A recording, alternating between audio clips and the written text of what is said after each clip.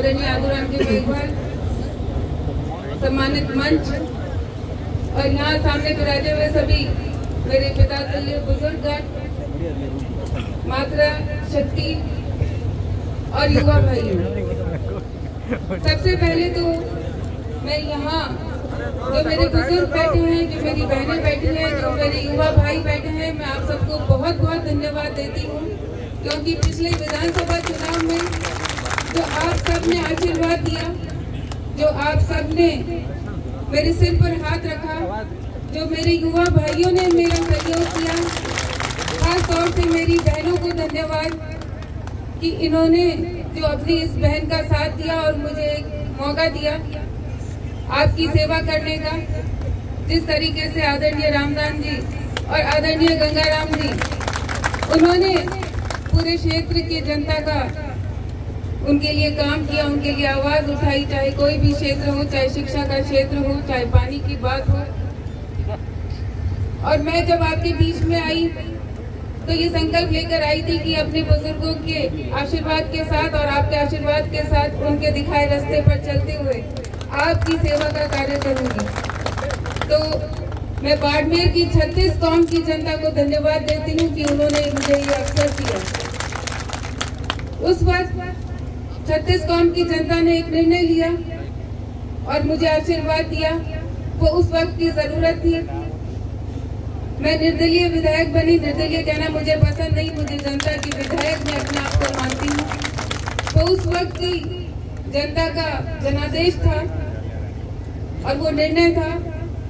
लेकिन आज जो वक्त है, आज हमें फिर से एक बार निर्णय लेने की जरूरत है और वो निर्णय मैं मानती हूँ कि ये जो निर्णय होगा ये आने वाली पीढ़ियों का भविष्य तय करने के लिए होगा। आज हम गंगाराम जी, रामदान जी को याद करते हैं क्योंकि उनके किए हुए कार्यों के कारण आज हम जहाँ हैं, जिस स्थिति में हैं, ऊंचे पदों पर है, शिक्षा के अंदर है, राजनीति के अंदर है, क्योंकि उन्होंने जो शुरुआत की थी, जो अलग जगाई थी, उसकी वजह से आज हम हैं और आज की पीढ़ियां हमको याद करती है। आज जो हम निर्णय लेंगे, हम ऐसा निर्णय लें, हम राष्ट्र हित में निर्णय लें, हम जनता के हित में निर्णय लें, हम राष्ट्रीय सुरक्षा के निर्णय लें, हम अपने देश को मजबूत बनाने के लिए निर्णय लें, ताकि आने वाली पीढ़ियां याद करें कि उस वक्त हमारे बुजुर्गों ने ये निर्णय लिया था। तो आज हम एक मजबूत और सरल सशक्त भारत के अंदर हम अपना जीवन जी रहे हैं। मोदी जी को वोट देना है, ये हर बच्चे की, हर बुजुर्ग की जबान पर है।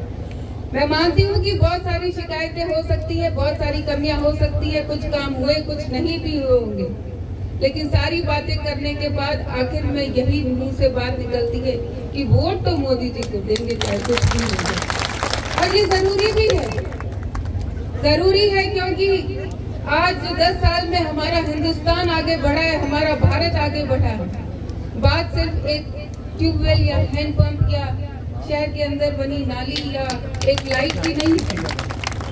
उसके लिए विधानसभा चुनाव होता है, विधायक चुने जाते हैं, नीचे पंचायतों के चुनाव होते हैं, सरपंच चुने जाते हैं, वो सब मिलकर ये कार्य करते हैं। ये जो चुनाव है, ये देश की दिशा और दशा का चुनाव। आज पिछले 10 सालों में हमने देखा कि हमारा हिंदुस्तान कितना मजबूत हुआ। हम सोशल मीडिया पे देखते हैं कि कैसे मोदी जी जब बाहर जाते हैं तो बाकी दूसरे देशों के नेता उनका आदर करते हैं। अब राजी हुआ को नहीं हुआ, गणाई राजी हुआ, ये तो पहले कई हालत ही हैंगा नेठा है। हैंगो मोटी बात, आज पूरे जो दुनिया है वो ये देखती है, कोई भी मुद्दा हो, कोई भी मसला हो, पूरी दुनिया ये देखती है कि हिंदुस्तान क्या कर रहा है, भारत क्या निर्णय लेगा, मोदी जी क्या निर्णय लेंगे, इस पे पूरे विश्व की नजर रहती है और सारी दुनिया उसी हिसाब से अपना रुख बनाती है और पलटती है। आज हिंदुस्तान की जो मजबूत स्थिति है, उसके पीछे बहुत बड़ा कारण है मोदी जी, जिनमें निर्णय लेने की क्षमता है, जिनमें काम करने की नीयत है, जिनमें नीति बनाने की क्षमता है, जिनमें एक विजन है, एक सोच है कि मेरा हिंदुस्तान कैसा होना चाहिए। तो हम सबकी ये दायित्व बनता है, कर्तव्य बनता है। मैं भारतीय जनता पार्टी को समर्थन दिया क्योंकि ये मेरा कर्तव्य था, क्योंकि मेरे स्वाभिमान से ज्यादा मुझे देश का सम्मान प्यारा था और इसीलिए मैंने भारतीय जनता पार्टी को समर्थन दिया। जब हम राम मंदिर की बात करते हैं तो ये पीढ़ियों का संघर्ष था और हमारी आस्था का एक बहुत बड़ा मंदिर बना। लेकिन कुछ लोग कहते हैं कि राम तो हमारे भी है, राम मंदिर बनाया तो क्या हुआ। राम मंदिर केवल एक मंदिर नहीं है, ये हमारी आस्था का केंद्र है जो इतने सालों की मेहनत के बाद, कई लोगों के त्याग के बाद बना और इससे भारत की पहचान, भारत के राम की पहचान विदेशों के अंदर गूंजी।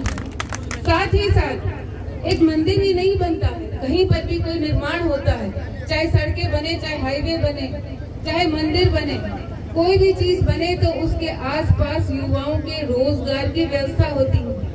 मैं राम मंदिर गई थी, आदरणीय मुख्यमंत्री भजन लाल जी को धन्यवाद देती हूँ कि उन्होंने राम मंदिर ले जाकर दर्शन करने का मौका दिया। वहाँ आने वाले समय में आप देखेंगे कि युवाओं को कितना रोजगार मिलने वाला है, क्योंकि एक बहुत बड़ा पर्यटन स्थल, वो हमारी धार्मिक आस्था का तो केंद्र है ही, लेकिन आने वाले समय में वहाँ देश विदेश से लोग आएंगे। जब देश विदेश से लोग आएंगे तो वहाँ तरह तरह का व्यापार की संभावनाएं बढ़ती हैं। वहाँ हमारे युवा जो है वो दुकान खोलेंगे, हमारे युवा तरह तरह के पर्यटन के अंदर अपनी सहभागिता निभाएंगे। तो राम मंदिर केवल एक राम जी का मंदिर नहीं है, वो हम सभी के लिए न सिर्फ धर्म की दिशा में हमें निर्देशित करता है, बल्कि हमारे कर्म में भी हमारी मदद करता है। केवल इतना ही है। सबसे बड़ी बात, कोरोना जैसा समय था, विकास भी होते हैं, सारे मुद्दे भी होते हैं, लेकिन कोरोना जैसे समय था जिसमें एक भाई दूसरे भाई के घर नहीं जाता था। कितनी बड़ी परेशानी थी, लगता था दुनिया खत्म हो जाएगी, लेकिन उस वक्त भी आदरणीय प्रधानमंत्री नरेंद्र मोदी जी के नेतृत्व में 2 वैक्सीन बने और केवल बने ही नहीं, केवल हिंदुस्तान में, ऐसा देश था जिसके अंदर फ्री वैक्सीन लगाए गए और वो वैक्सीन विदेशों के अंदर भेजे गए, लोगों को मदद करने के लिए दी गई। ऐसा कभी सोचा था नहीं, तो हम तो हमेशा दूसरे देशों से भीख का कटोरा लेकर वैक्सीन मांगते थे कि हमारे लोगों का इलाज हो जाए तो हमें वैक्सीन दे दो। आज हमारे हिंदुस्तान की सेना कितनी मजबूत है, मजबूत तो पहले भी थी, लेकिन उनका हौसला किसने बढ़ाया? आदरणीय प्रधानमंत्री नरेंद्र मोदी जी ने बढ़ाया।